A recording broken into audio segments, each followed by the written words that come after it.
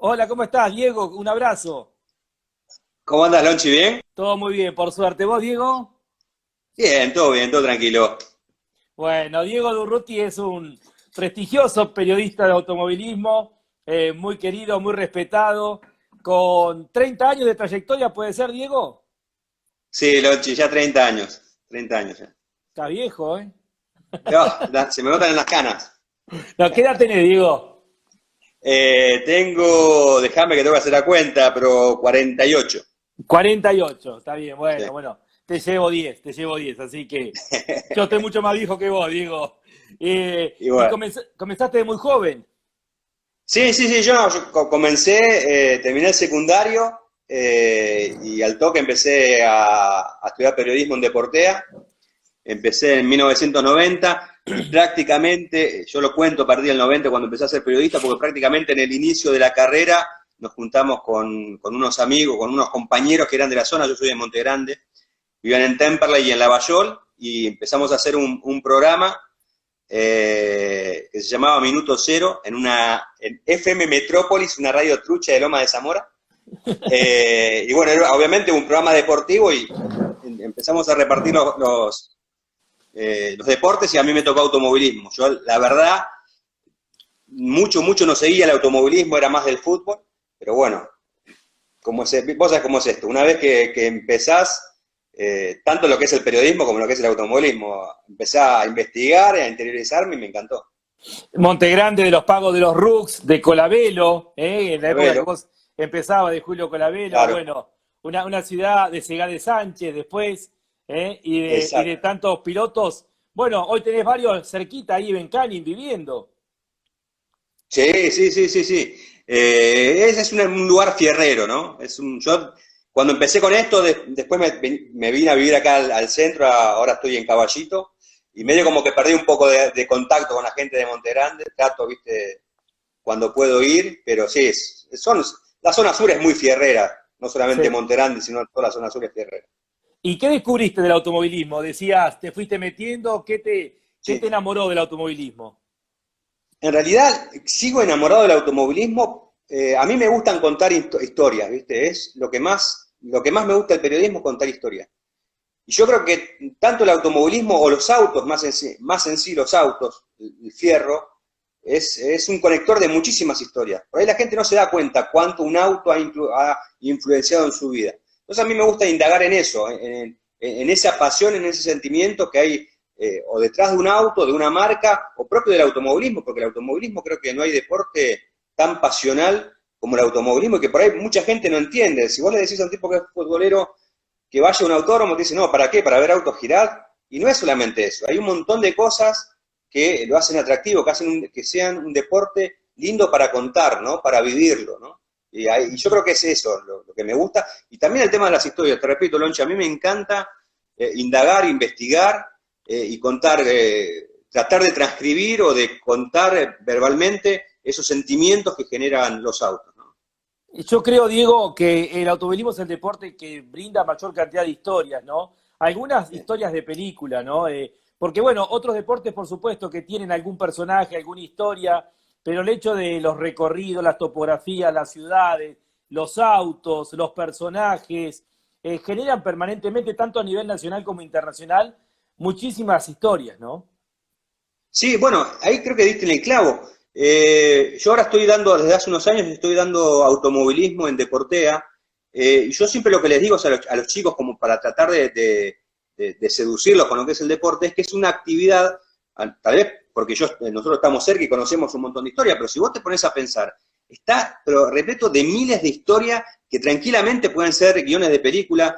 Sin ir más lejos, Rush me parece que es el mejor ejemplo. Yo les digo a los chicos, digo, Rush es tal cual, no es que se exageró en algo, es así, ¿no? Y como eso tenés un montón de otros ejemplos de situaciones, de personajes. Yo, por ejemplo, una vez hace poco escribí, relativamente poco, un perfil sobre François Sever, ¿viste? Un piloto que por ahí, el tipo que vio la Fórmula 1 en los 70 lo conoce. O sea, pero indagando, yo, cuando él falleció, tenía un año, pero indagando, o sea, si vos te pones a pensar la historia del tipo, que el tipo llegó como pupilo de Jackie Stewart, que le dio un lugar en Tyrrell, que Tyrrell era un equipo importante, que el momento en que antes, las semanas previas al accidente, Sever tiene un contacto con Ferrari, casi que firma un contrato, y Stewart le dice, porque Sever no sabía nada, dice, no firmes nada. Stewart sabiendo que se iba a retirar y que le iba a dar el número 1 a él, y el tipo en la carrera en la que Stewart se retiraba, el tipo, Sever se termina matando, y es una cosa insólita, un talentoso tremendo, y como esa, tenés millones de historias, y uno está hablando solamente de la Fórmula 1, pero tenés, qué sé yo, no sé, la vida del Flaco Traverso amerita una película, un documental, por todas las hazañas que ha hecho, o sea, y como eso tenés 2 ejemplos nada más, y tenés millones, ¿no? Y eso es lo que a mí me gusta, y me gusta que la gente, que por ahí traerle a la memoria esas historias y valorizar un poco el automovilismo, ¿no? Que por ahí uno se queda con lo que es la actualidad, pero hay un montón de cosas que ameritan ser recordadas y contadas, ¿no? Claro, valorizar, por ejemplo, la Buenos Aires-Caracas, que parece algo increíble, ¿no? En el 48, lo que eran los grandes premios, y detrás la vida de los Liceviche, con la tragedia ligada al hermano de Lito, al mismo Nito Liceviche, después a su hijo con su cuñado, es decir, bueno, es increíble, ¿no? Y a nivel internacional, inclusive lo que vos decías de Rush, pero por ejemplo la definición de Hamilton con Felipe Massa en Brasil, que Massa llega y es campeón del mundo, y creo que yo saqué la cuenta, creo que son 11 segundos, después cambia el destino del título, ¿no? Yo saqué la cuenta en el momento que Massa termina, que es campeón del mundo, hasta que Hamilton, bueno, lo supera al alemán, a Timo Glock, pasaron 11 segundos, y en 11 segundos cambió la historia de un campeonato del mundo, ¿no? Prácticamente, vos lo ves en el cine y decís, qué exagerados, ¿no? No, pero bueno, en esos 11 segundos tenés millones de historias, porque tenés al tipo que tocó la gloria emulando a grandes pilotos como Senna, Piquet, Fittipaldi, tenés el pibe que hoy justamente leía un cable de ANSA respecto a Lewis Hamilton, a la niñez que el tipo sufrió bullying, o sea, un montón, y que él dice que su forma de correr es tan agresiva porque se tuvo que defender por el bullying. O sea, en esos 11 segundos tenés millones de historias para contar, lo que era McLaren, lo que era Ferrari. O sea, por eso te digo que eso es lo lindo que tiene este deporte, me parece. Como los otros también, otros deportes también deben tener sus cosas lindas, pero en el nuestro en particular hay un montón de condimentos, y siempre con el atractivo de la velocidad, que eso es un conector y un poder de seducción tremendo, ¿no? Que te permite que haya este tipo de cosas, de situaciones, ¿no? Y de todas las historias, ¿cuál es la que más te gusta? Y bueno, la de Sever es una de las que me encanta. O sea, yo a la de Sever yo la llevaría ya al cine, porque me parece que tiene todos los condimentos. O sea, lástima que el tipo terminó como terminó, pero la de Sever es una película que amerita un documental. Lo de Lole también. Lo de Lole, escúchame, en el 81 termina de correr Brasil y era el mejor de todo. Era ídolo, era más que San Martín. Y 8 meses después era un perdedor, un pecho frío, porque no le tiró un autazo, aparte, porque no le tiró un autazo a Piquet cuando Piquet lo pasa, o sea que el tipo iba a ser campeón del mundo sacando a su rival de la pista, y por eso decimos que es un pecho frío. Un tipo que ganó 12 carreras, que nunca más un argentino hizo lo que hizo Reutemann, que fue su campeón del mundo. O sea, esos condimentos, me parece que también eso es maravilloso lo de Lole. Y el Lole hay que disfrutarlo, me parece que es uno de esos tipos que constantemente hay que hacer homenaje, porque lo que hizo no estaba realmente valorado. Hay una generación que sigue pensando que Reutemann es un segundón y un pecho frío, y es lejos uno de los mejores pilotos que pasó por la Fórmula 1. A mí me apasiona, y de hecho te cuento, estaba en estos días que uno tiene más tiempo, repasando la década del 60 una vez más, ¿no? Porque la leo, la veo todos los videos, uno ve los circuitos, y es increíble realmente por dónde corrían y las cosas que hacían esos personajes, que es imposible imaginar esos autos en esos lugares. Realmente son historias cada una de ellas, y tal vez se ve reflejada muchas en Grand Prix, ¿no? Sí, tal cual. Yo creo que la década del 60 y del 70 obviamente fueron las más lindas. Igual, vos fijate, ¿no? Que uno le gusta mucho, ¿por qué? Porque era no sé, es mi opinión, era una categoría demasiado peligrosa, o sea, muchísimo vértigo. Yo les siempre decía, ¿no? Que ellos a principios de año se sacaban una foto con todos los pilotos, y siempre sabía que de esa foto 1 o 2 pilotos no llegaban con vida al final del año. Eso te grafica lo que era la temporada. pero no solamente el tema de lo que era la conducción en circuitos extremadamente complicados como pueden ser Nürburgring, sino también de inventiva que había. O sea, ahí no había reglamento que te acotara las cosas. O sea, llegó para un auto con 6 ruedas y ganó. O sea, y después si vos ves los autos de la década del 60 y el 70, la diferencia de diseño, de concepto, habla a las claras de lo que era la inventiva de la gente, ¿no? Por ahí con herramientas que hoy son muy rudimentarias y prehistóricas para la época que vivimos hoy en día, ¿no? Diego, vos hablabas recién de que das clases de Portea. Los Sí. jóvenes, ¿qué porcentaje están enganchados con el automovilismo? O sé que es un porcentaje bajo, la mayoría van Sí. por el tema del fútbol. Y se terminan enganchando algunos que de repente entran con la preferencia de otro deporte.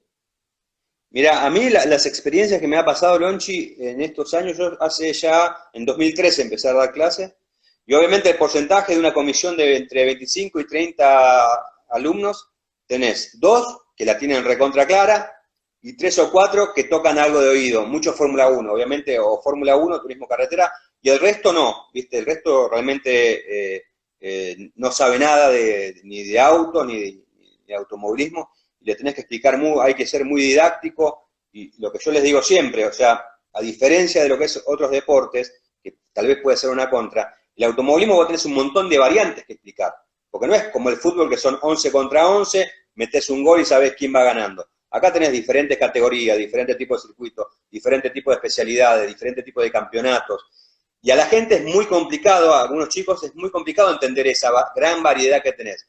Por ejemplo, una de las clases que más cuestionamientos siempre resulta es cuando explico el campeonato, cómo se define el campeón del turismo carretera, con la Copa de Oro. No lo entienden, no lo entienden, no lo entienden. Entonces yo le digo, bueno, obviamente es difícil de entender, pero hay ciertas cuestiones que no necesitan una lógica. O sea, si un reglamento te dice que es así. No pretendas que tenga lógica ni pretendas interpretarlo, porque así son los reglamentos. Y más o menos como que ahí la van entendiendo. Después también se les complica mucho con, por ejemplo, Super TC2000, TC2000, clase 3 de Turismo Nacional, que corren autos iguales.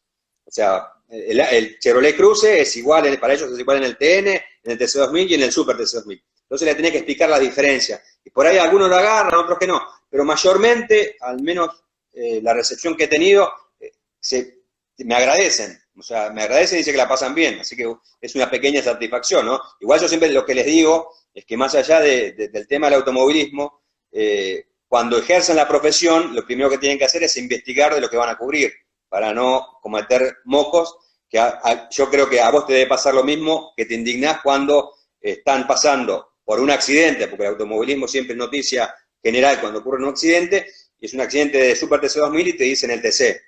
Claro. O sea, eso es lo que me parece que a los periodistas es como que ciertas cosas que no te debería pasar, y esa es una de ellas, ¿no? La definición de la Copa de Oro, en definitiva, es lo que se copió del NASCAR, y el NASCAR Sí, buscó una especie de playoff que era lo que venía del básquet, de la NBA, ¿no es cierto? Un poco el claro. correlato viene a ser eso, ¿no? Porque también uno dice la temporada regular de básquet, si hay uno que marca una diferencia y después tienen que ir a definir con cada una de las confederaciones, y creo que el NASCAR aplicó un poco lo que pasaba en la NBA para buscar un campeón en la última carrera, y eso aplica al turismo de carretera, ¿no? ¿Te gusta o no te Sí. gusta vos el sistema? Mirá, el sistema ya está naturalizado. Ya es parte del TC, ¿no? O sea, fue diferente cuando se implementó. Pero la diferencia con el NASCAR es que por ahí nosotros acá a veces copiamos cosas y no nos damos cuenta de que por ahí no van con nosotros. O sea, el NASCAR tiene 36 carreras y el TC tiene 16. Ya listo, ya está. Y la Chase empieza 15 carreras antes. O sea, y tendría como más lógica que sea un campeonato así de esa manera. Acá es en las 5 últimas carreras que te puede pasar millones de cosas, encima con el tema de los 3 de último minuto, ¿viste? Hay un montón de cosas. Es muy difícil de entender, ese es el tema. Y el automovilismo tiene que ser algo fácil, tiene que ser algo fácil de entender. O sea, el que va primero gana, el que clasifica adelante es el que larga de la pole, no hay penalizaciones, no hay lastre, no hay nada. Y si es bueno, hay que ganarle. Y si tiene un buen equipo, hay que tratar de ganarle a ese buen equipo. Nosotros la vivimos, la época de los grandes ídolos. O sea, ahora también hay ídolos, pero con el tema este de los embrollos que hay, es como que no tienen tanta trascendencia, ¿no? Me parece a mí. Claro, primero tiene que ser referente y después pasan a ser ídolos, ¿no? Pero si no tenemos Claro, referentes, porque se reparte tanto la cosa para hacerlo tan democrático, uno no termina de definir, o la gente que sigue esto no termina de decidirse cuáles son realmente los, digamos, los superiores, ¿no? Los que están por encima del claro, resto, ¿no? tal cual, Vos tal cual. trabajaste en Corsa, a ver, ayúdame con todos los medios que estuviste, en el gráfico, en Coequiper, Sí, empecé en Corsa, ahí lo tuve a Fiti, que es mi gran maestro, me tenía, está en pero... línea, me parece el Fiti. Ah, sí, no, pero me tenía Fiti, nada, yo aprendí muchísimo. Yo siempre recuerdo, yo cuando entré en Corsa, primero que entré porque lo llamé, no me atendía, no me atendía, y yo lo llamaba, hasta que, bueno, esto fue fue el 9 de febrero del 94.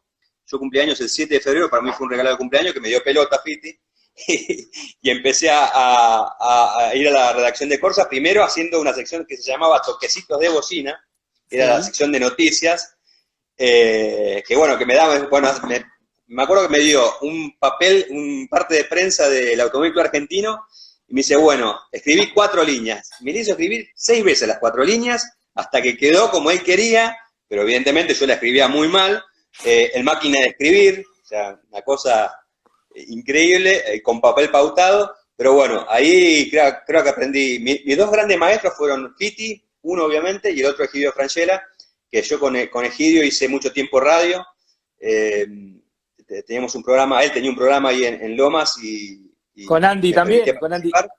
Con Andy Galazo. No, todavía Andy no estaba. No estaba Andy, Andy. no, mira, el programa fue desde el 90, porque yo cuando tuve ese programa, esa experiencia en esa radio trucha, después por intermedio de alguien en común, empecé a trabajar en el programa que estaba Egidio, que era Grand Prix, programa que tuvo él durante mucho tiempo, y ahí en Grand Prix habré estado más o menos unos 8 o 9 años, hasta que el tema de Corsa me empezó a llevar mucho más trabajo, y poco a poco no podía ir a la radio, pero tanto Egidio como Fiti, para mí, mis 2 maestros, y bueno, después de ahí empecé a colaborar en Corsa, después tuve una posibilidad de ir al gráfico en el 98, bueno, tuve un año en el gráfico, después pasó algo bastante curioso en el gráfico, fue en la época que estaba el gráfico era propiedad de Editorial Atlántida y lo Sí. compra TIC. Bueno, Ujú. obviamente, como suele suceder, mal que nos pese, una empresa nueva quiere hacer una reducción de gastos, ¿viste? Entonces, fuimos al edificio que tenía TIC en Libertad, creo que ni siquiera llegué a aprender la computadora que me llaman, ¿viste? Me dice, bueno, mirá, vení, esto es así, la nueva empresa, quería achicar gastos, yo hacía creo que 7, 8 meses que estaba. Es así, esta es la liquidación, ¿aceptás? Bueno, sí, acepto, ¿viste? Bueno, me llevé ese dinero que era, para haber laburado 6 meses, era un montón de dinero, de hecho, me permitió a mí comprarme mi primer departamento, y lo llamo a Fiti, ¿viste? Le cuento la situación y ahí quedó. Bueno, y a los 15, 20 días me llama Fiti, yo estaba laburando como colaborador en Corsa en la primera etapa. Me llama Fiti y bueno, llegamos a un acuerdo, qué sé yo, y empecé a ser tipo un jefe de redacción, ¿viste?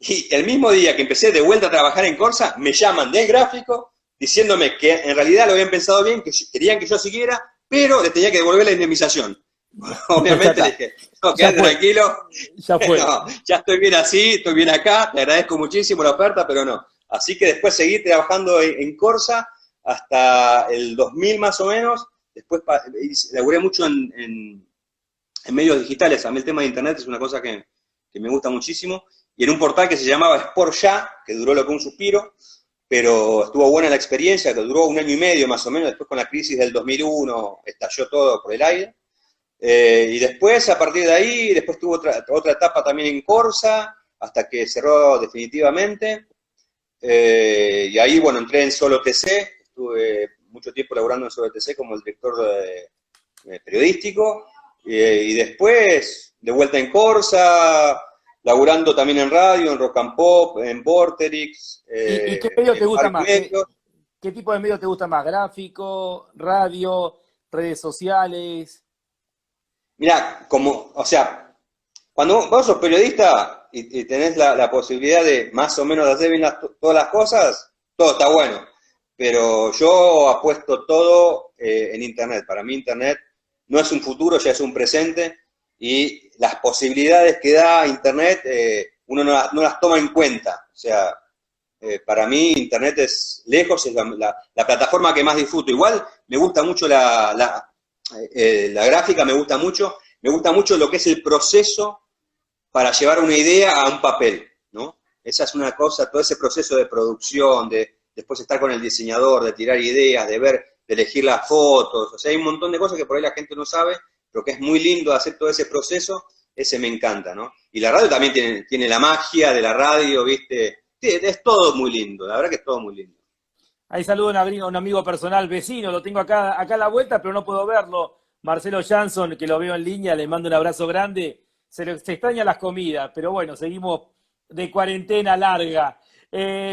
¿Cómo vos trabajaste tanto en Rock and Pop como en Volterix, no? Sí. ¿Y cómo ven de repente en ese perfil?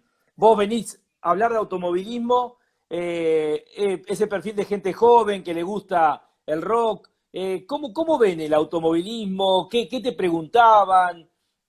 Porque, bueno, no es que estás metido solamente en el mundo de automovilismo. Estás tratando de transmitir un mensaje en otro tipo de público que lo aprende como un complemento.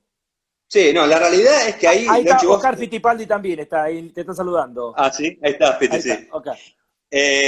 La realidad es que yo tuve, bueno, en el Rock and Pop tuve la posibilidad de tener un programa exclusivamente de automovilismo con Alejandro Nagui, un gran locutor, en su momento fue la voz de Rock and Pop, que recontra fanático de los fierros, fue banderillero incluso alguna vez. Y bueno, ahí era como, teníamos los domingos al mediodía, teníamos enviado las carreras, unos colegas que laboraban con nosotros, y era como un programa de automovilismo, pero con música de rock. O sea, esa era la idea, y le hablábamos a la gente de automovilismo. Y la verdad que nos iba bien, la gente la escuchaba, qué sé yo. O sea, me parece que también, en el caso de la música, en el caso del rock en particular, vos tenés un conector que justamente, que el rock es un estilo musical que está muy relacionado con los fierros. No sé si con el automovilismo, pero sí con los fierros. Entonces ahí siempre tenías un punto en común, digamos, como para hablarle al tipo que le gustaba la música. Porque hay millones de historias, como estas que hablábamos hace un rato, hay millones de historias que conectan la música con los fierros. Claro. Ejemplo lógico, Papo. O sea, Papo tenés un tipo que era cuando podía, corría, ¿no? Entonces, como Papo, un montón de otra gente, siempre íbamos por ese lado, y después obviamente informábamos y hablábamos de fierro con nuestros propios códigos, ¿no? ¿Cuántos Dakar hiciste? 9. Si Dios quiere, Sos leyenda el año que viene. Sos leyenda. Si Dios quiere, sí. Recibirás el título allá en Arabia Saudita. ¿Qué te dio el Dakar? Sí. ¿Cómo es la experiencia de un Dakar? Mirá, Lonchi, el Dakar para mí fue el sueño cumplido. Yo me acuerdo de cuando estaba en Corsa, en esa época del 90, siempre miraba al Dakar como algo imposible, ¿viste? Siempre llegaba al tema de la acreditación y siempre, de puro gusto, me fijaba cuáles eran los requisitos, sabiendo que en mi vida iba a poder ir a cubrir un Dakar. Era esas cosas, ¿viste? Que decís tan no lejos, puede ¿no? ser. No era, pero era ir a cubrir un Dakar a África, ¿para qué? Encima no había argentinos. De vez en cuando tenías algún argentino, pero nada, no había posibilidad, ¿viste? Y cuando vino acá, no, yo no lo podía creer. Digo, es más, yo varias veces se lo agradecí a David Eli y a Enrique Meyer, que me hayan cumplido el sueño, ¿viste? Porque era imposible. Y para mí el Dakar, Lonchi, es lo más. Y de hecho les paso a ustedes con las transmisiones. O sea, tiene ese poder de seducción tan, pero tan particular. Y va de la mano con lo que me gusta a mí, que es contar historias. O sea, ahí tenés una cantidad infinita de cosas, de situaciones que podés contar y de que podés transmitir. Vos podés somos la posibilidad de transmitir esas historias, cada uno con su estilo, ¿no? Y para mí el Dakar es una cosa que disfruto, muy desgastante. Es más, mirá, Lonchi, lo que me pasó, el primer Dakar, ¿te acordás el día que se perdió Alan? Sí. En el Lewis de Mendoza. Que era... ¿Fue la del 2009 o la del 2010? No me acuerdo cuál de las dos. 2009, el primer Dakar. La primera, el 2009. El primer Dakar. Creo que se perdió, no sé, el cuarto, quinto día de carrera. obviamente veníamos de armar carpa, armar carpa, me puse a llorar. No, yo me quiero volver a mi casa, yo no quiero estar acá, no quiero estar acá, estoy sufriendo mucho, no, yo me vuelvo a mi casa, averiguo, llamo a mi esposa, chico, yo me vuelvo allá, no, te extraño a vos, lo extraño al nene, no quiero saber más nada con esto, me voy. Justo viene alguien y dice, bueno, uy, che, se perdió Alan, no saben dónde está. Y ahí cambió el chip y a laburar, ¿viste? Y ahí me olvidé de que me quería volver a mi casa, estuvimos haciendo guardia para que llegara Alan hasta las 11, 12 de la noche, y después empezás con la vorágine esa, y mismo esa situación de que yo me quería volver, ahí en ese Dakar había ido Martín Urruti, y estaba Verazategui también, y digamos que fueron el apoyo, bueno, ya va a pasar, que esto, que el otro, y después a cada uno le agarraba, le pintaba el bajón, ¿viste? ¿De qué estoy haciendo acá? Que dicho sea de paso, Lonchi, te lo habrá contado Juan Pablo Grassi o Jorge Dominico, todos los días te preguntás, ¿qué estoy haciendo acá? ¿Viste? Pero estás, porque te gusta, ¿viste? Si estás es porque te gusta. O sea, por más que reniegues es porque te gusta. Es una carrera de 24 horas, 15 días seguidos. No hay respiro porque en definitiva siempre están pasando cosas. Tal cual, tal cual. De hecho, nosotros descansamos muy poco, porque entre lo del viaje, entre que te tenés que preparar las cosas para dormir o para tratar de descansar, o sea, siempre estás constantemente, y propio después siguiendo el tema de la información y demás, estás constantemente con la adrenalina a tope, ¿no? Yo, como normalmente digo, la carrera que crea leyendas, porque en definitiva de cada carrera se quedan tantas historias, ¿no? Que después con el tiempo se van convirtiendo en leyendas porque cada uno le va agrandando algo, más cuando se corría acá en Sudamérica, ¿no? ¿Y qué Sí, te sí. enseñó? ¿Qué te enseñó el Dakar? ¿Qué aprendizaje te dejó? Y a mí me enseñó a que podés aguantar, o sea, que podés resistir. Cuando pensás que no resistís, podés resistir. Yo siempre, no me quiero, con esto no quiero decir que soy un héroe porque hice 9 Dakar. El héroe son los pilotos. Nosotros acompañamos y de alguna manera creamos esas leyendas porque somos los que encuentran las historias. Pero a mí lo que me enseñó es constantemente a no bajar los brazos nunca, o sea, porque no tenés que bajar los brazos nunca, ¿no? Y es algo que trato de aplicar en la vida. O sea, no eso y después tratar de constantemente ir un poquito más allá de lo que voy. O sea, trato de que lo que hago nunca esté mi techo. ¿No? Siempre estoy tratando de hacer algo nuevo. Y aquellos que me siguen y que me conocen lo saben bien. Pero yo creo que es eso, o sea, el tema de no bajar los brazos. Después encontré gente maravillosa, gente que me disculpen los pilotos habitualmente uno conoce en los autódromos, pero yo tengo mucha más relación con gente que veo una vez al año, por ahí en un Dakar, que con gente que he visto en 30 años en mi trayectoria. O sea, tengo muy buena relación con los Patronelli, con Eduardo Alan, obviamente, con Javier Pisolito, con Noli Terranova. Son tipos que por ahí te mandan un mensaje para ver cómo estás, ¿viste? Y eso está bueno. O sea, a mí no me gusta ser amigo de los pilotos, porque me parece que ese límite no lo tenés que pasar, pero hay cierta cordialidad, ¿no? Eso está bueno. ¿Y te genera la admiración, por ejemplo, los motociclistas? Cada vez que salen a la mañana o cuando vuelven y los ves cómo llegan, ¿te generan una admiración especial ellos? Sí, sí, totalmente. Sí, yo creo que todos los que corren en el Dakar, sacando a los top, ¿no? En todo sentido, a los top de moto, autos, camiones, todos los que corren el Dakar me generan admiración, ¿no? Porque hay que ver, o sea, uno, obviamente, vos fíjate que uno siempre informa de quién va ganando y aquel que se accidentó, pero en el medio vos tenés un montón de otras personas que hacen esfuerzos sobrehumanos para tratar de llegar, o sea, no para ganar, para llegar, ¿no? Y ahí está, ellos creo que también son los verdaderos héroes, ¿viste? Yo tuve la posibilidad de estar muy en contacto con Fernanda Cano y a Alfonso Carrillo, que es su acompañante, son peruanos, hay una muy buena onda, y tuve la posibilidad de estar con ellos el año pasado en Perú, viendo cómo hacían las cosas, y después cómo replicaron eso en el Dakar, y te juro que es puro sacrificio. Y Fernanda es una periodista muy reconocida en Perú, muy resistida por ser mujer y por competir, es muy resistida, y también por las cosas que hacen, es muy marketinero todo lo que hacen, pero bueno, le ponen mucho empeño, mucho esfuerzo, mucho sacrificio. Y como ellos, un montón de otra gente, ¿viste? Los argentinos, o sea, eso, Alicia Reina, suponete. La negra, también. O sea, la garra que le ponía para competir con Chingolo, con todo su equipo, era tremendo. O sea, y era ejemplo, ¿no? Y cada vez que la veía me gustaba verla porque siempre andaba con una sonrisa. La había pasado mal, ¿viste? Pero siempre riéndose, ¿no? Y eso también es positivo. O sea, me parece que eso también vos te nutrís de esa energía que te dan ellos. Ahí está Juli siguiéndonos desde Neuquén, dice la negra la mejor y ella con su apoyo psicológico Sí, permanente. También un beso para Juli.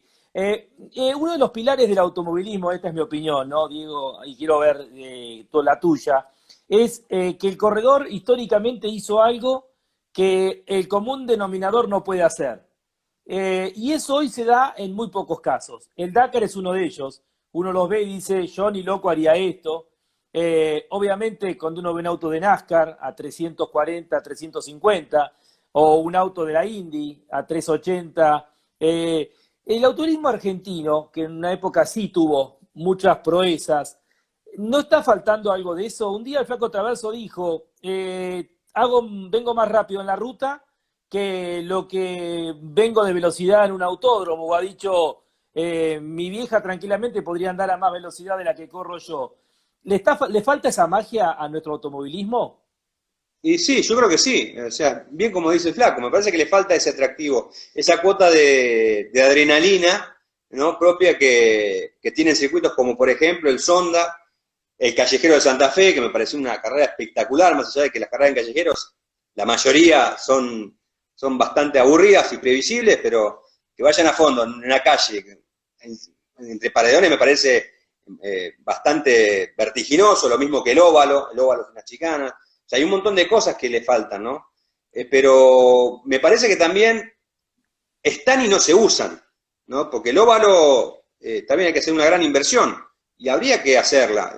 Si lo vas a usar y te va a dar un atractivo, no le dejes solamente a la gente del Club Atlético Rafaela que ponga toda la plata para asfaltarlo y ponerlo en condiciones, sino que las categorías colaboren, porque también van a hacer un espectáculo, ¿no? Y me parece que ese tipo de eventos épicos son los que le falta al automovilismo argentino. O sea, con toda la historia que tenemos nosotros, pues tenemos un montón de historias, por ahí el turismo carretera es el campeonato más antiguo en el mundo, con toda esa historia, tuvimos un 5 veces campeón del mundo, el tipo que ganó por primera vez con Ferrari, un montón de cosas. No tenemos unas 500 millas de Indianápolis, por ejemplo. No tenemos unas 24 horas de Le Mans. Que había antes estaban a 500 millas de Claro, Rafaela. tal cual. Bueno, pero se perdió en el tiempo. O sea, vos fíjate que creo, si mal no me equivoco, que la carrera más importante, de mayor trascendencia por permanencia en el tiempo, debe ser la Vuelta a la Manzana, la Vuelta a la Manzana. Tal cual. Después no hay otra, no hay una carrera de pista. Podría haber llegado a ser los 200 kilómetros de Buenos Aires, y después, bueno, se fue desvaneciendo por diferentes motivos. El callejero, digamos que tenía ese atractivo como para decir, bueno, la carrera que todo el mundo espera, y bueno, por cuestiones políticas no se ha hecho. O sea, nos falta una carrera que digan, o sea, cuando se hizo, por ejemplo, ¿te acordás las 84 horas de Buenos Aires? Esa locura. Bueno, para mí debería haber una vez por año, no sé si 84 horas, pero un mega festival en el autódromo de automovilismo, sin ninguna duda, con todas las categorías y que sea constante, una fiesta, es que el automovilismo le devuelva a la gente todo el esfuerzo que pone la gente para verlo, ¿no? Eso me parece que le falta ese atractivo de algo particular, ¿no? Creo que falta audacia y, digamos, y coraje para hacer cosas nuevas. Las 84 horas surgieron de una idea que le tiré al Vasco Salaverry un sábado a la tarde en el autódromo, y a los 2 días estábamos armando el reglamento y a los 6 meses hizo la carrera. Creo que están muy en la cómoda la mayoría de los dirigentes del automovilismo argentino, en el formato habitual y no moverse de ahí. Yo se lo he dicho a Pauletti un par de veces, armar unas 24 horas de APAT, esto después de haber hablado con los preparadores, se puede hacer. Simplemente haces un motor para que dure 24 horas, cerrar el año con unas 24 horas, recuperar las 24 horas de APAT. Pero hay mucho de no toquemos nada, si nos va bien, o por lo menos nos iba bien. Ahora vamos a ver qué pasa de aquí en más, ¿no es cierto? No, totalmente, pero creo que es como decís vos, o sea, ideas hay un montón, después hay que saberlas aplicar, Hay que trabajar. y si traes otras ideas de afuera, saberlas adaptar también, ¿no? No es que copiar por copiar, sino adaptarla y contextualizarla en lo que es el automovilismo argentino. Para mí, un lugar para hacer carrera de endurance es Termas de Riondo. O sea, Termas de Riondo debería ser el lugar, es el circuito homologado, tiene la última homologación 2, el mejor circuito. encima es se ha hecho recontra fierrero en la zona, es un muy buen lugar para hacer una carrera de larga duración, y no sé por qué no la hacen. Y después el tema de, que también tenés la otra, porque vos con eso, viste, por ahí le da pie al TC para que haga una carrera con inversión de grilla, por sorteo, y que te hagan cambiar el neumático derecho por obligación, y la mar en coche, que tampoco está bueno eso. O sea, esas cosas que son cirqueras, me parece que no están buenas. Sí, No suman nada. Natura. Claro, porque si vos me decís que vos cambiás la goma porque se te gastó, es una cosa. Ahora, que cambiés la rueda trasera derecha porque sí, ¿viste? Para eso poner un lomo de burro en una curva y ya está, si querés que haya emoción, ¿viste? Me parece que yo creo, es más, Lonchi, yo creo que todo ese tipo de cosas se ha hecho por la ambición que tenía la gente, esto pasó hace más o menos 10, 15 años, de tratar de cautivar a la gente que no era del automovilismo. Y ahí empezó el tema de, bueno, para cautivar a la gente, para darle más espectáculo, hacemos el handicap, invertimos grilla, que esto, que el otro, que esto. ¿Y qué hicieron? Vos perdiste al fierrero, a tu masa crítica. A ese tipo perdiste, con todos estos inventos raros. Y encima a la gente nueva no la ganaste. ¿Entendés? Tal cual. O sea, me parece que todo debería volver a lo que era antes, ¿viste? Y si volvemos a lo que era antes, vas a encontrar cosas como la que quiere Traverso. O sea, que no corra cualquiera, que corran realmente los que tienen talento. Sí, y por otro lado, dirigentes como de vuelo, como tuvieron en su momento Miguel Ángel de Guidi, el mismo Alcides Reyes, Carlos Pairetti con el Club Argentino de Pilotos. En la década del 80 tuvimos un nivel de dirigentes con muchísimo vuelo y que se animaban a hacer cosas que hoy a la distancia parecen increíbles, como la Fórmula 2 sudamericana, o lo que hizo Carlos Pairetti en su momento con el Club Argentino de Pilotos, y tantas cosas. ¿Qué opinas del TCR sudamericano? Mirá, a mí es una categoría que me atrae mucho. La verdad me atrae mucho. Primero porque es algo regional, y yo creo que a la región le hace falta eso. Después, por otro tema interesante. Si bien hay gente que estaba vinculada con lo que era la Copa de las Naciones, el turismo sudamericano, ¿te acordás? Sí, sí. El concepto es distinto. Porque en aquel momento la Copa de las Naciones nació para lucharla al TC2000, por un tema de pantalla, porque habían dejado Telefe, el TC2000 se había ido a Canal 13, y qué sé yo, y se creó, como muchas categorías de acá, Lonchi, porque si vos te pones a pensar, el automovilismo argentino crea categorías a través de las peleas. O sea, no hay una categoría que no haya surgido porque no se pelearon dos, ¿viste? Pero bueno, el concepto del TCR es distinto. Primero que es un tipo de vehículo conceptualmente que aquí no hay en la región, ¿no? Ya dijeron que no se van a superponer ni con el Super TC2000 ni con el Estocar brasileño, que son las otras dos categorías de turismo que Codasur tiene con su aval, así que eso ya me parece buenísimo. Y el reglamento, si hay 30 y pico de campeonatos que utilizan ese reglamento, evidentemente es exitoso. O sea, por el tema de los costos, que es muy barato competir, y también por el tema del balance de performance, que es una fórmula que utilizan ellos como para equipararla a diferente cantidad de marcas. Así que me parece que es una buena idea, obviamente hay que ver cómo se lleva a cabo, cómo se implementa, pero me parece que está bueno. ¿Cómo ves el reinicio del automovilismo argentino cuando pase la pandemia? ¿Qué imaginás? ¿Y qué habría que hacer a tu juicio? ¿Qué veo? Yo veo que se van a empezar a pelear para ver quién corre qué domingo. Eso te lo aseguro, Lonchi. Va a ser así. Me llama poderosísimamente la atención que todavía no se han juntado los dirigentes. O sea, después de 70 días todavía no te juntaste. No se dan cuenta que el automovilismo es uno solo, ¿no? Que son 25 categorías. El automovilismo es uno solo. Tendría que haber, creo que esta era la gran oportunidad que había apenas empezó esto, de juntarse todos cuando nos podíamos juntar, en una mesa y tratar de vislumbrar lo que podía llegar a pasar. O sea, todas las categorías presentaron sus protocolos, ¿no? Todas. Ahora, Lonchi, decime cuál categoría o qué categoría dijo que iba a bajar los costos para hacerle frente a lo que iba a venir. Ninguna.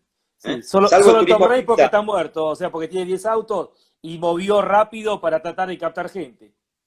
Claro, exactamente, con el tema de bajar los gastos administrativos, que son bastante onerosos, un 30% bajó. Después el turismo pista también hizo un fondo de $40.000 que lo está repartiendo. Bueno, después el resto, decime, no se sabe con cuántos mecánicos van a correr, no se sabe cómo van a transportar los autos, no se sabe cuánto va a ser el gasto administrativo que vas a tener que pagar, no sabes dónde van a correr, porque eso también te influye.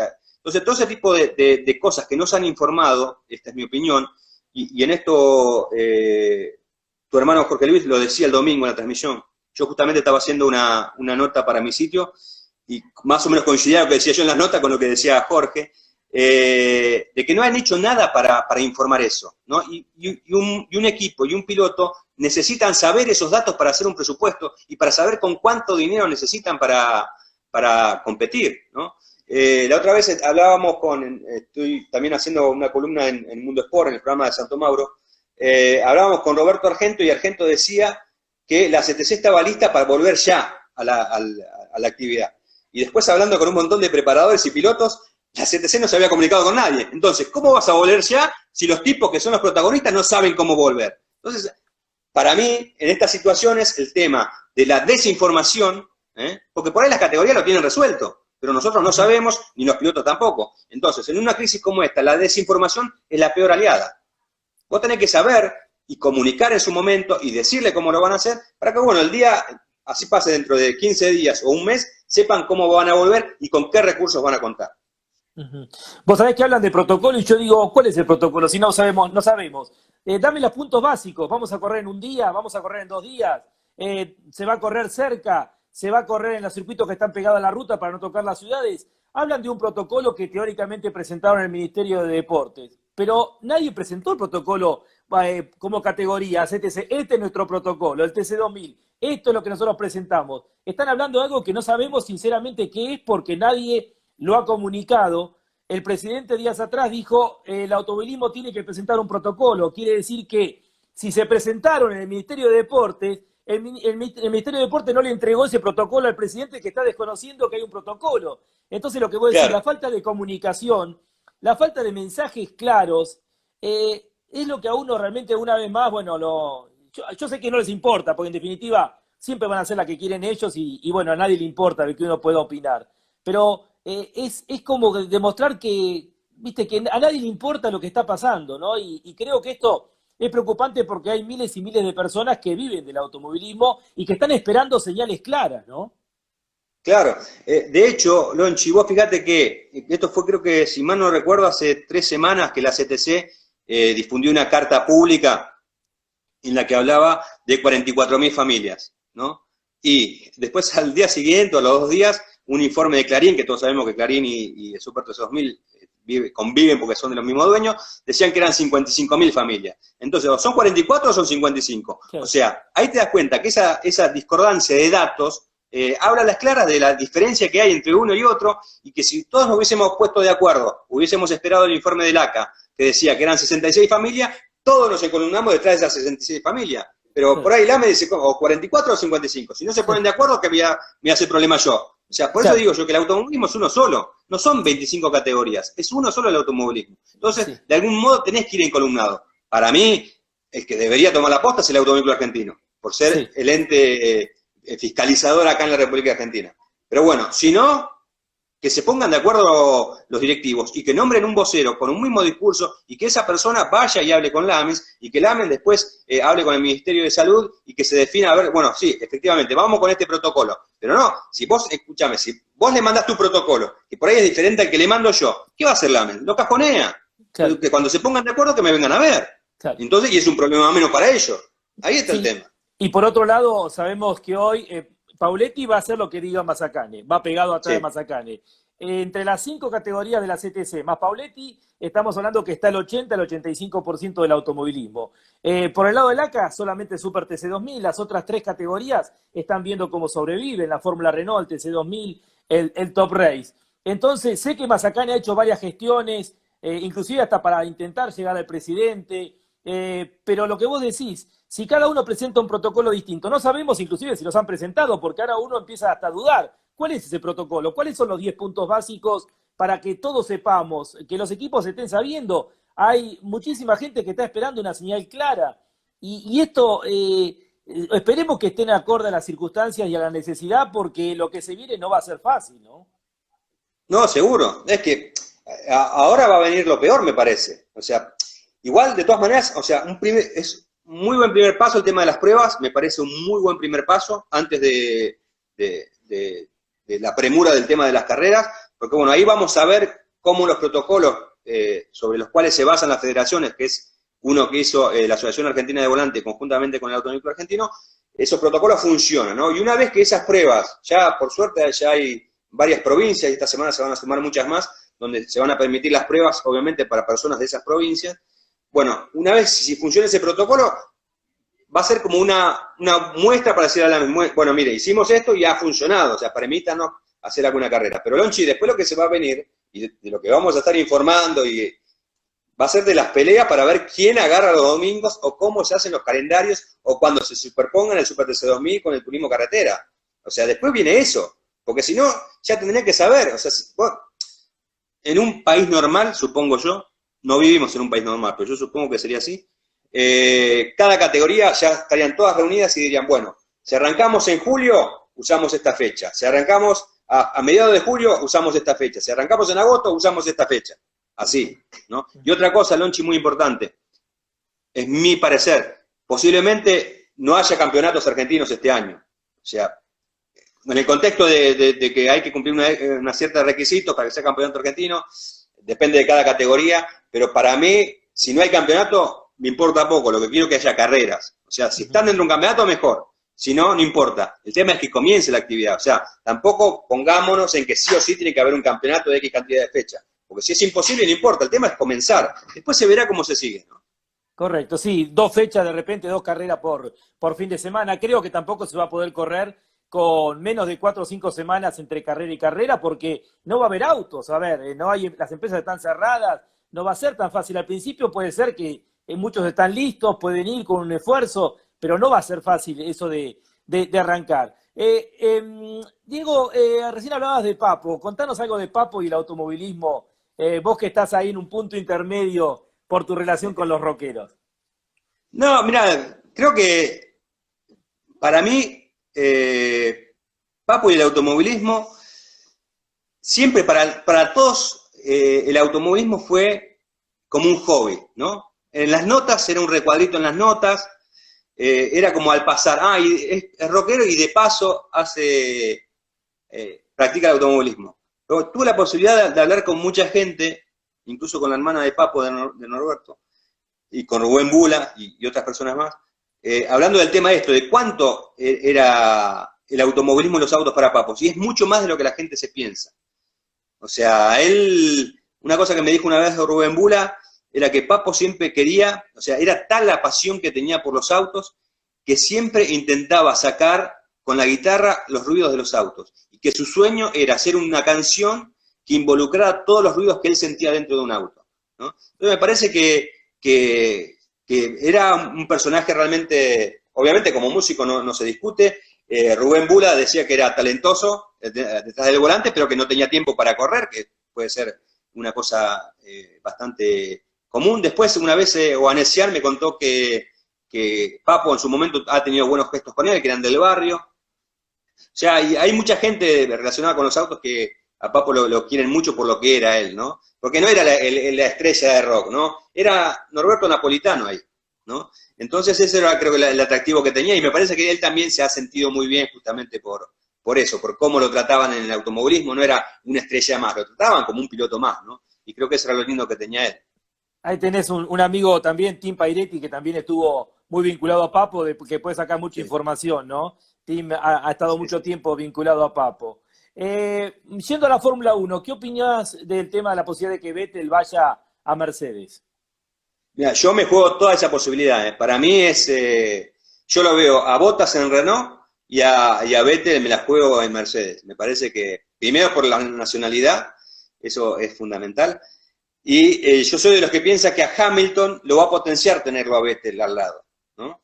No es que le van a dar un auto diferente. No, para mí los dos van a salir con el mismo auto, lo importante va a ser que gane Mercedes y se van a potenciar el uno y el otro, ¿no? Yo creo que, es más, hay mucha gente que dice, no, Hamilton le va a bajar el pulgar. ¿Qué le va a bajar el pulgar? Si qué mejor que ganarle con un mismo auto a un piloto. O sea, ya le hizo pelo y barba a Alonso, a todos los compañeros que estuvieron con él. Uno más es espectacular, dámelo ya, ¿no? Tal cual. Más allá de eso, yo creo que Hamilton, lejos, el número uno, pero van a pasar años y años y años para que que alguien le llegue a los talones a Hamilton, ¿no? Porque la verdad que es un tipo que tiene una mentalidad asombrosa y arrolla directamente con las actitudes. Es un tipo que no solamente habla cuando conduce un auto, sino cuando está debajo del auto con diferentes gestos, ¿viste? El año pasado lo mimaba a Leclerc, ¿viste? Era su pollito Leclerc, y obviamente Vettel le carburaba y se mandaba las que se mandaba. O sea, me parece que también eso hace la diferencia de un gran talento, ¿no? Particularmente me gusta mucho. Sí, yo también. Yo sabés que desde el primer día, ¿no? Me sorprendió. A mí me causa gracia cuando a veces a los jovencitos le dicen son potencialmente campeones del mundo y hay muchos que ni siquiera han ganado una carrera todavía de Fórmula 1 y ya se les habla como potencialmente campeones Sí. cuando pelear un campeonato del mundo requiere, no, ganar se puede ganar carreras, teniendo obviamente un auto de punta, pero pelear un campeonato son 22 carreras o eran 22, no, la batalla mental de todo un año no es para cualquiera y Hamilton marca la diferencia, sin duda. Sí, totalmente. Yo creo que igual dentro de ese grupito de campeones, por ahí seguramente vamos a coincidir. Me parece Verstappen también tiene pasta de campeón, o sea, ese tipo yo lo quiero en mi equipo, o sea, una garra tiene recontra jovencito y las tiene bien puestas. Y el otro es Leclerc. Leclerc también. Leclerc inevitablemente va a ser un tipo campeón. Después no sé si hay otro, ¿eh? No sé si hay otro que también me llame tanto la atención. Pero a mí ¿Sabés quién los me pilotos que gusta? más me... A mí me gusta Ocon, ¿Cuál? Esteban Ocon, Ocon, porque viene de abajo. claro. Y viene de abajo y, o sea, no a lo que fue obviamente Hamilton y su historia, pero Ocon tiene una historia parecida y es de los que si te tiene que partir, bueno, te va a partir, ¿no es cierto? Y creo que teniendo la posibilidad, no sé, le tengo, la verdad que me gusta mucho Ocon, ¿no? Sí, igual de todas maneras, no nos olvidemos que también son carreras de auto, ¿no? O Sí, sea, por supuesto, porque sí, sí. por más talento que por ahí, o sea, por ahí le puede pasar como le pasó a Leclerc, que estaba en Sauber, hizo muy buenos papeles, que yo creo que ahí es cuando vos me dices a un buen piloto, cuando sabés que Claro. no tiene un buen medio mecánico, pero hace cosas que se destaque. Por ahí, a Ocon le pasa eso, el día de mañana está en Renault, hace buenas carreras y por ahí lo fichan, no sé, a otro equipo y ahí tiene la chance de ser campeón, ¿no? Tengo una pregunta. Argentina, en la Fórmula Sí. 1, ¿es un país tradicional o es un país que se quedó en el tiempo? Buena pregunta. Me parece que nos quedamos en el tiempo. Yo creo que nos quedamos, perdimos el tren y no lo vamos a recuperar nunca más, Lonchi. O sea, es imposible que hoy yo creo que es más posible que la Argentina recupere la fecha que tenga un piloto en la Fórmula 1. Porque la relación es otra, o sea, me parece que es más factible conseguir el apoyo para hacer una carrera acá en Argentina que para conseguir la millonada y millonada de dinero que se consigue para conseguir una butaca en un equipo ni medio pelo, el último. O sea, Sí. me parece que se nos fue el tren y no sé si algún día lo vamos a recuperar. Más allá de Además que de en que, la Fórmula 1 dicen que les gusta, ¿no? La Fórmula 1 sí, dice que es un mercado atractivo Argentina. aparte que planificar, y lo que menos nos cuesta a nosotros, lo que más nos cuesta es planificar, ¿no? O sea, planificar Tal cual. para llevar un piloto a la Fórmula 1 se requiere de un tiempo de trabajo prolongado y no es una de nuestras virtudes, ¿no? ¿Qué década te gusta Totalmente. más de la Fórmula 1? Y la del 70 es la que más me gusta. 70 y después la del 90, lo que disfruté mucho por mi edad era las peleas entre Senna y Prost. O sea, eso era lejos lo mejor. Esa época me encantaba, ¿no? Pero después la del 70 también es linda, una linda O sea, época. te gustan las dos, la 70 y la del 90. Sí, sí. Era como más Y, romántica, ¿no? claro, sí, hay mucho romanticismo. Yo, bueno, me pasa que la del 60 todavía más me gusta que la del 70 por los circuitos, ¿no? Y porque los Claro, autos no tenían cargas, los colores, o sea, es más romántica para mí todavía y era más peligrosa. Fue la década con mayor cantidad de muertes, ¿no? ¿Y sí. cómo lo ves a Sainz en Ferrari? Yo lo hubiese elegido a Ricciardo. Yo No soy también. particularmente no soy muy fanático de los Sainz, ni de Carlos Junior ni de Carlos Senior. Pero son, al menos Carlos, el que conocemos nosotros, moco de pavo, o sea, es Es tremendo, duro, ¿no? tremendo. Hace una nota, ¿Eh? ¿no? Durísimo, ¿no? Tipo maduro, pero bueno, es su personalidad, o sea, no, está todo bien. Pero bueno, eh, por eso, o sea, pero Carlitos ha hecho buenas carreras y en la Fórmula 1 tenés que estar en el lugar indicado, en el momento indicado. Y por ahí le pasó a eso. O sea, por ahí el año que viene la descoce en Ferrari y tenemos un campeón del mundo nuevamente español, ¿viste? No, uno no sabe con la Fórmula 1. Y en el Dakar, ¿con quiénes disfrutas de hacer nota? De los líderes, de los de adelante, de Peter Hansel, La Latilla, bueno, Sainz. No, salvo Sainz, el resto, todos macanudos. O sea, Peter Hansel vas y le pedís una nota y te la da. Nasser, obviamente. Pero Carlos es bastante particular, porque él ya es así. Pero creo que también venía de la escuela del rally mundial, o sea, de otro ambiente, ¿no? O sea, Peter Hansel siempre tiene 200.000 millones de Dakar, siempre va a ser igual, y Nasser es Nasser. O sea, sí. Pero después, bueno, Alonso me costó uno y la mitad del otro, tratar de hablar con él, imposible hablar, pero bueno, es así. Pero no, con la mayoría de la gente es muy accesible, porque no solamente lo encontrás cuando llegan con su auto, sino por ahí te lo encontrás en el restaurante, ¿no? Y ahí le podés hablar tranquilamente. No, Peter Hansel es increíble, porque estás hablando con una leyenda tan gigante y no podés creer Claro. lo simple que es, ¿no? No, totalmente, pero muy amable. Lonchi, antes de que vos me despidas, porque yo estoy viendo acá el reloj y sé que sos como yo con el tema de las entrevistas. Sí, no, porque aparte a la hora se corta, a los 2 minutos que la hora se corta, ¿viste? Y cosa que yo odio particularmente es que me pase eso. Bueno, te quiero agradecer muchísimo la posibilidad que me has dado de estar en contacto con la gente de Campeones. Te lo había dicho la otra vez en un vivo. El tema de las entrevistas que yo también estoy haciendo en mi Instagram, la saqué de vos, así que todo el aplauso para Lonchi Legnani, que me dio la idea. Tardé en hacerla porque con el tema de Deportea eso me insume mucho tiempo, ¿viste? Y le quería dar cierta continuidad. Y yo ya sé que vos vas a llegar, vos por ahí cumplís los 100 días de cuarentena, yo me quedan 1 o 2 semanas más, nada más. Esta es la 92, la charla 92, así que hemos tenido días de dos charlas, hasta de 3 charlas por día. Gracias. Estás totalmente loco. No, gracias, sí, pero bueno, ahora de a poquito vamos a ir aflojando ya, no porque falten personajes, porque el automovilismo tiene tantos personajes riquísimos, sino porque, bueno, creo que también uno tiene que ir llevando a que esto de a poco se vaya aflojando porque no podemos vivir eternamente dentro de nuestras casas. Tenemos un poquito más de margen, nos queda 1 minuto 50, cortito. Sí. ¿Qué opinás del Dakar en Arabia Saudita? Muy lindo, mejor de lo que pensaba. Es otra cosa, Alonchi, es otra cosa. Estás en Disney. Otro mundo. Nada que ver, nada, no hay arena, no pasamos frío. Hacía frío, pero no lo pasamos. Tomábamos café en expreso. O sea, una cantidad de cosas que acá no la encontramos.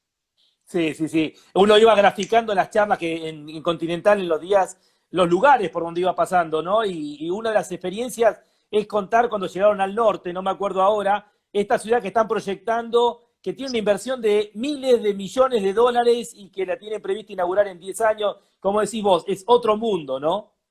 Sí, no, totalmente, ¿no? Es la cantidad de... Muy lindo, a mí me gustó mucho, una cultura totalmente diferente, pero si te gustan los autos, anda a Arabia Saudita porque ve lo que quieras. Bentley, Rolls Royce, Ferrari, Porsche, lo que quieras. Sí, bueno, que aproveche que tienen plata y la saben usar. Diego, querido, gracias por esta hora de charla, se pasó volando, hay un montón de temas más para charlar, pero bueno, queríamos hacerte también el reconocimiento que corresponde a un gran profesional de nuestro deporte que está siempre con la bandera defendiendo la historia y el presente del automovilismo. Bueno, muchísimas gracias, Lonchi, la verdad que es un gusto, ya te lo dije recién, pero bueno, la verdad que me emocionás mucho por este reconocimiento. Bueno, muchísimas gracias a vos, a toda la gente que se estuvo conectada y obviamente también mis respetos a tu viejo, a tus hermanos, que los aprecio mucho. Así que gracias. Cuando quieras estoy acá. Hasta pronto. Diego Durruti con nosotros en el